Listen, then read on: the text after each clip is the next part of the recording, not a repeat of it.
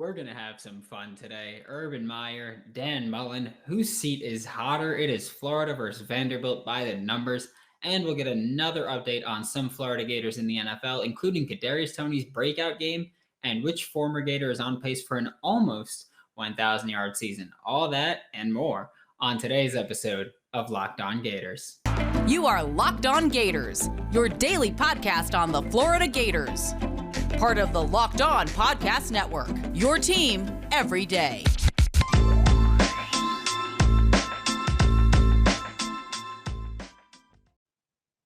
Welcome to another episode of Locked On Gators, part of the Locked On Podcast Network, your team every day. Thanks for making Locked On Gators your first listen every day. We are available daily and free wherever you listen to podcasts, and of course, also on YouTube. Happy Wednesday. I am Brandon Olson. You can find me on Twitter at WNS_Brandon. I'm also the founder of Whole9Sports.com, where you can find all of my written work. We're going to get right into it today.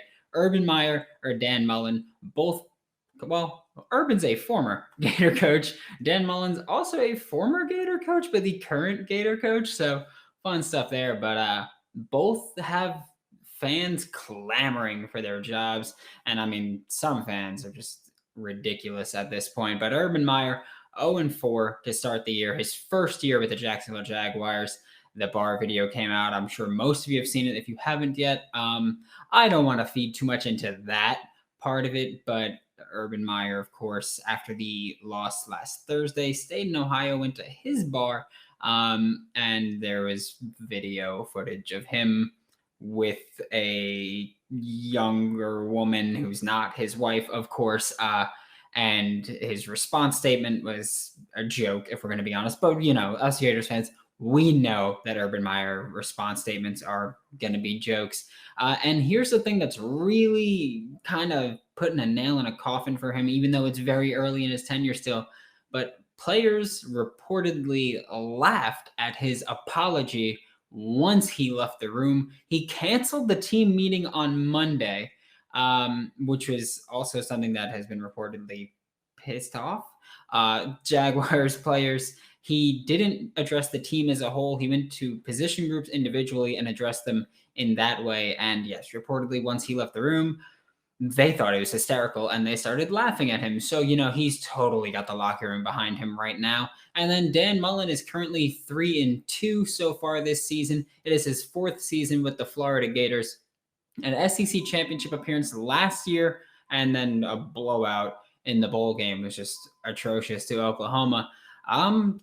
Look, when it comes down to it, both of these coaches have a reputation that's generally not positive, I'll say. Urban Meyer, of course, has the reputation of bringing in like college recruits who, not great character guys. He's also not a great character guy, reportedly, and not even reportedly. I don't have to say that. We know the people that he's had on his staff before. We know his practices before while being the coach of Florida and Ohio State. Similar issues there. And Dan Mullen he's kind of hated for doing goofy things and being a little arrogant, doing his little TikTok dances every now and then with recruits. And it's like, I have no problem with that. I'm very much just like, you know what? Like, if you're not hurting anybody, then so be it. But they both have their reputation where they're not super liked people. Dan Mullen especially is the guy where it's like, well, we like him while he's winning, but once he starts losing, we hate him. Urban Meyer is the type where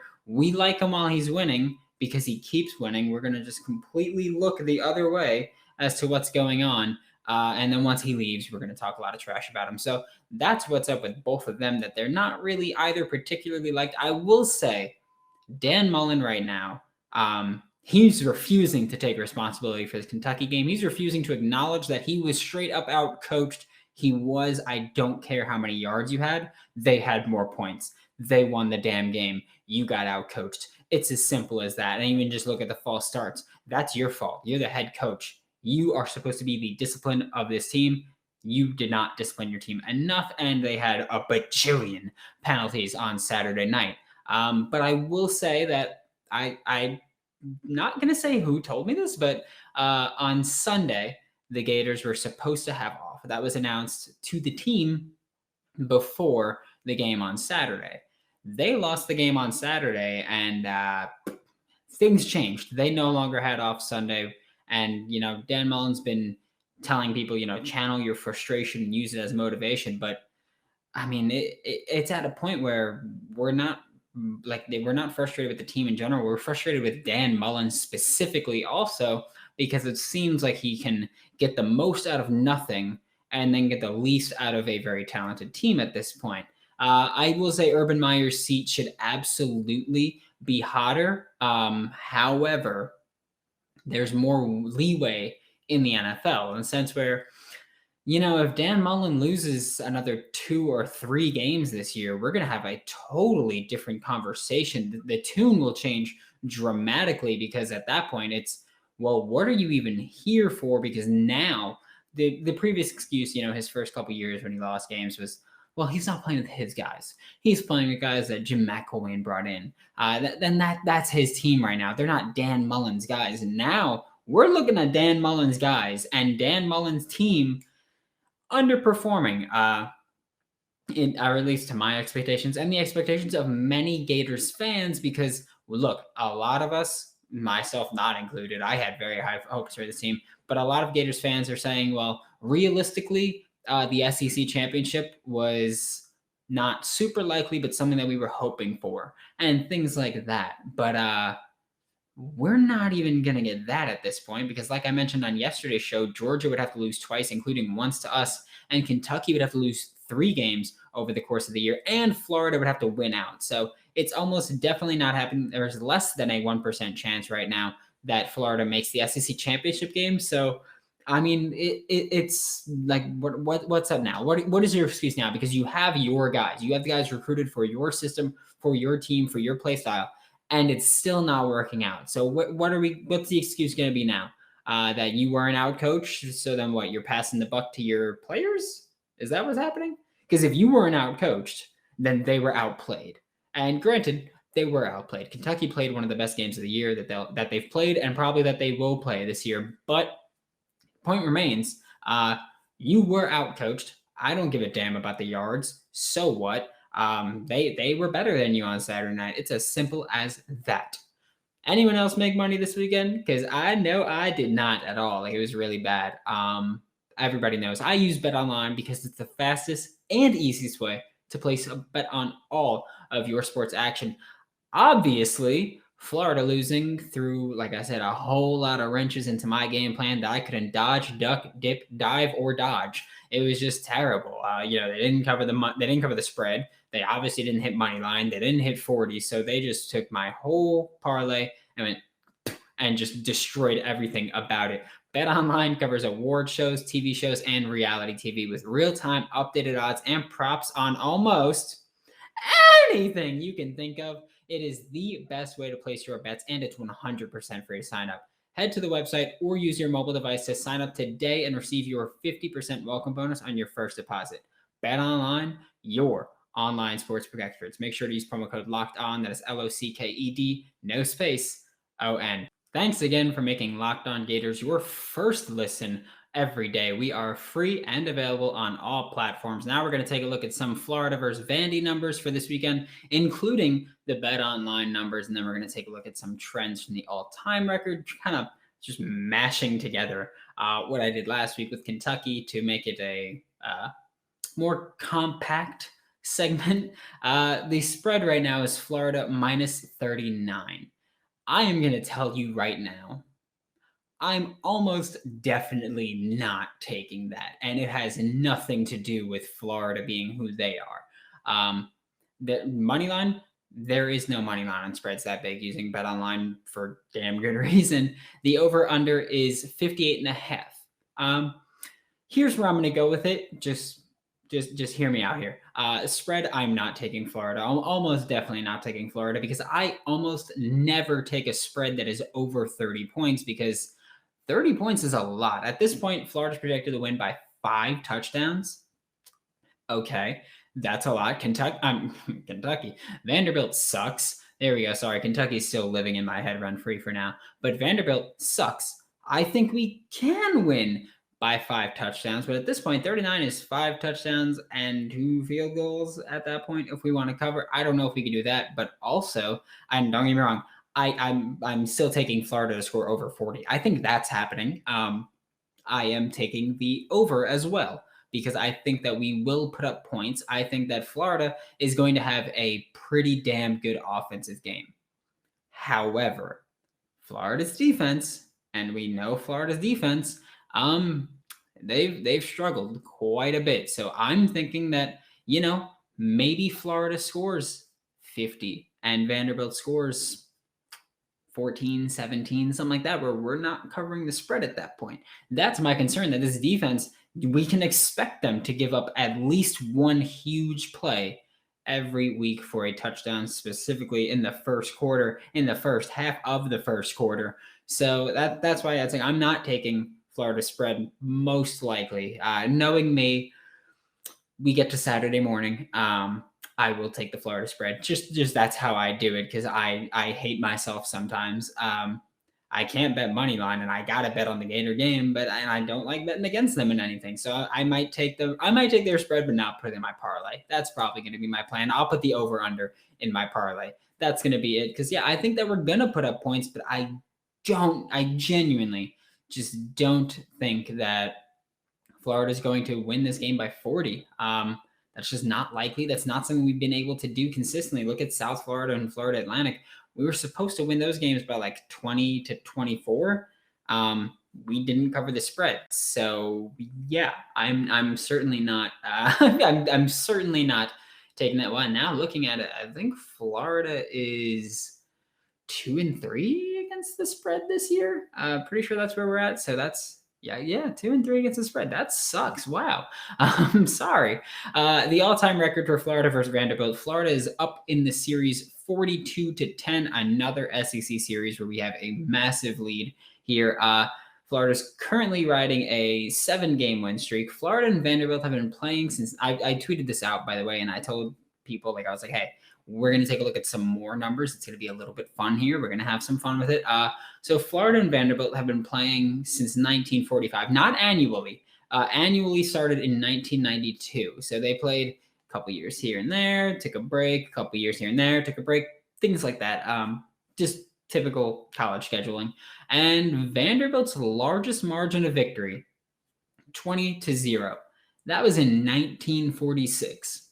So second meeting that these teams have had, Vanderbilt won 20-0. The first meeting, Vanderbilt won 7-0. Fun fact. And that's not a big margin of victory, especially when you look at Florida's largest margin of victory, which came in 2001. Florida won by a margin of 58 points, a 71-13 blowout, which is great to see. And then we're going to take a look at the win streaks real quick, where we've got Vanderbilt's longest win streak, 3 games. The first 3 games. Then Vanderbilt won 2 more in 1952 and 1955. There were no games in between, so that is a 2-game win streak. Since then, Vanderbilt has not won 2 consecutive games against Florida. Since then, that is, by the way, oh my God, that is almost 70 years at this point. So it's pretty rough. That's poor Vandy. Now we're gonna get blown out for sure. Florida's longest win streak was from 1989 to 2012. It was a 22-game win streak, and I know that's not how math works, but Florida and Vanderbilt did not play in 1990 or 1991, again, because the annual games started in 1992. So yes, still a 22-game win streak over those 24 seasons. But Vanderbilt, they're looking rough this year. They've been looking rough for the past couple years. It's kind of sad, honestly. And I'm not even saying that as talking trash. Genuinely, it's kind of sad that they've just been decimated and then decimated and decimated and then decimated. It's been rough for them. But I'm also at the point where I don't feel bad because they play Florida, so I'm cool with it. If it's a cupcake, I'm sorry, I'm looking for what to knock on. If it's a cupcake SEC team, I have to knock on wood because how I jinx pretty much everything. Thanks, Kentucky. Now you've shot my confidence and everything. But yeah, no, this game is, again, it looks like it's going to be a blowout. It looks like that at this point. But I don't know if this offense will outscore Vanderbilt by 40 because our defense is bound to give up at least one big play touchdown. It just happens every time. It's probably going to be a kick return at this point with how putrid Vanderbilt has been offensively. All right, college football fanatics, have you heard about Prize Picks? Prize Picks is daily fantasy made easy.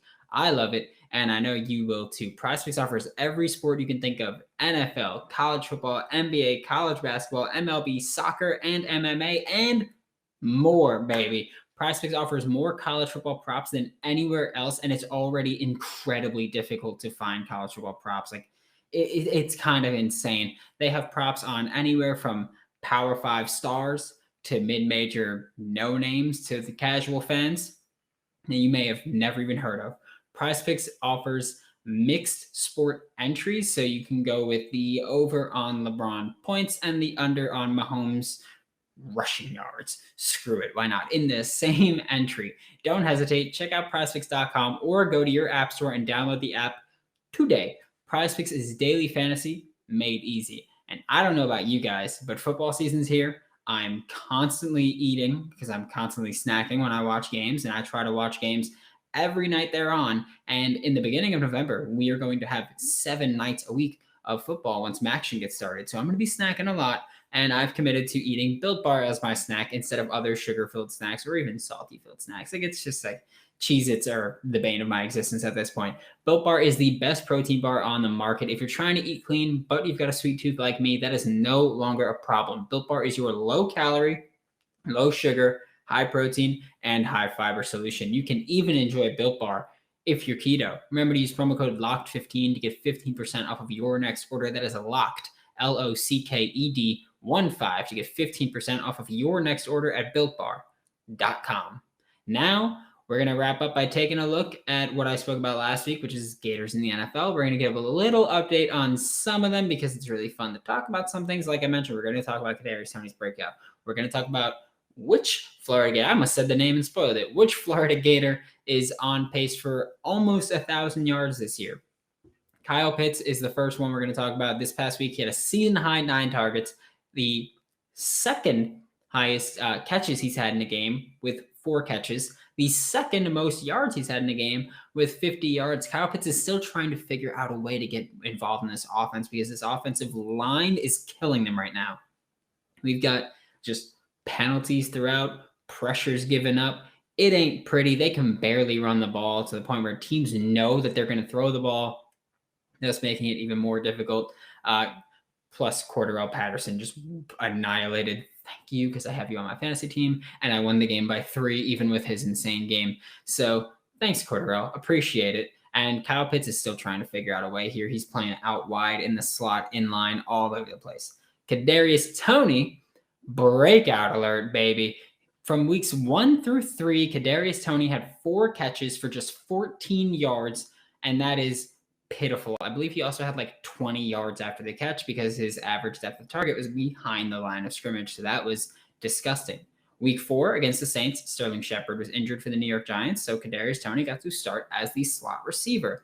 That was awesome because he had 6 catches for 78 yards, including 5 first downs and a couple highlight plays because Kadarius Toney did Kadarius Toney things and forced 5 missed tackles in that game against the Saints, because he is a freak of nature and he's awesome. And Sterling Shepard possibly won't be playing again this week. So if you can pick Kadarius Toney up in your fantasy league, I highly recommend doing it, especially if you have him in Dynasty. But if you have him in Dynasty, he's probably already gone. Next up is Marco Wilson.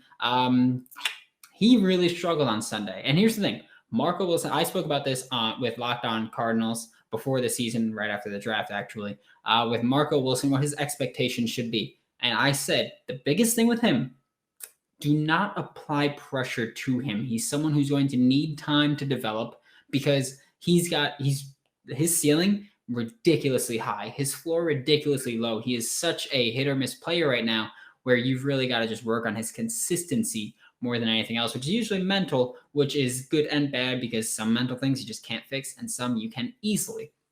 and he really struggled on Sunday. In 44 snaps, he was targeted 9 times, which is kind of a lot. That's he was targeted every 5 coverage snaps. He allowed 8 catches for 81 yards and a touchdown, which it's funny looking at this because Marco Wilson had his best game of the year in week 1 when he was with Julio Jones. And Marco Wilson, he didn't clamp him, but he kind of put the straps on him for a little bit. The guy that scored the touchdown against Marco Wilson this past Sunday, former Florida Gator, Van Jefferson. He's currently a Los Angeles Ram. He was the one that scored the touchdown against Marco Wilson. He had 6 catches on 6 targets for 90 yards and a touchdown. Obviously, he had more yards than Marco Wilson gave up because they were not lined up every single play.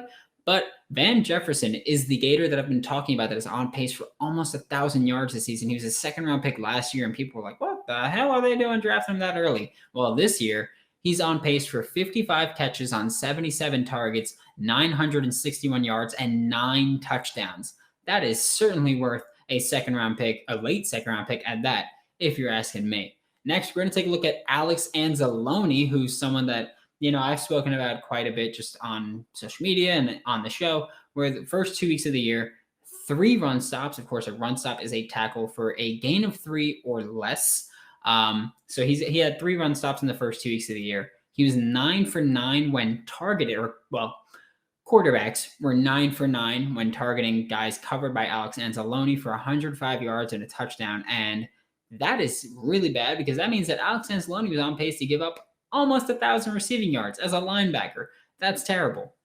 The past 2 weeks, he's had 7 run stops for 3 yards or less, which, by the way, similar run defense snaps, similar pass coverage snaps. So nothing big change there. It's not like he's played a ton more against the run or a ton less against the pass, but quarterbacks are 3 for 3 when targeting him for just 18 yards and no touchdowns. So Alex Anzalone seems to be kind of finding his rhythm in Detroit, seems to be finding his role and kind of getting back in space, especially now where the Lions are improving week by week, which is promising for them. And Alex Anzalone, hopefully he can stay healthy and put together a whole season this year. The last Gator to talk about real quick, Carlos Dunlap. He's someone who with the Bengals was dominant for years, but he was a Bengal, so no one gave a rat's beep about him. Now he's a Seahawk, and he's still, dominant, but he's not playing nearly as much because he's in a rotational role. But he's played 100 pass rushing snaps so far this year, and in those 100 snaps, he's got 11 pressures, meaning Carlos Dunlap is getting pressure on 11% of his pass rushing snaps, which is a fantastic clip, especially for someone who's supposed to be a rotational guy. He's kicking beep again. So Carlos Dunlap, not rejuvenating and revitalizing his career, but he is making an impact at a point where, he was kind of written off at one point. Thanks for making Locked On Gators your first listen of the day every day. Tomorrow, you know how it goes. It's prediction time for Florida Vanderbilt. Now make your second listen Locked On SEC. Get all of your daily SEC news in less than 30 minutes with SEC expert Chris Gordy of Sports 790. It is free and available on all platforms. For Locked On Gators, I'm Brandon Olson. Don't forget to follow me on Twitter at WNS_Brandon. And you can find all of my written work with Whole 9 Sports. That is WHOLENINE Sports. And I will talk to you all tomorrow.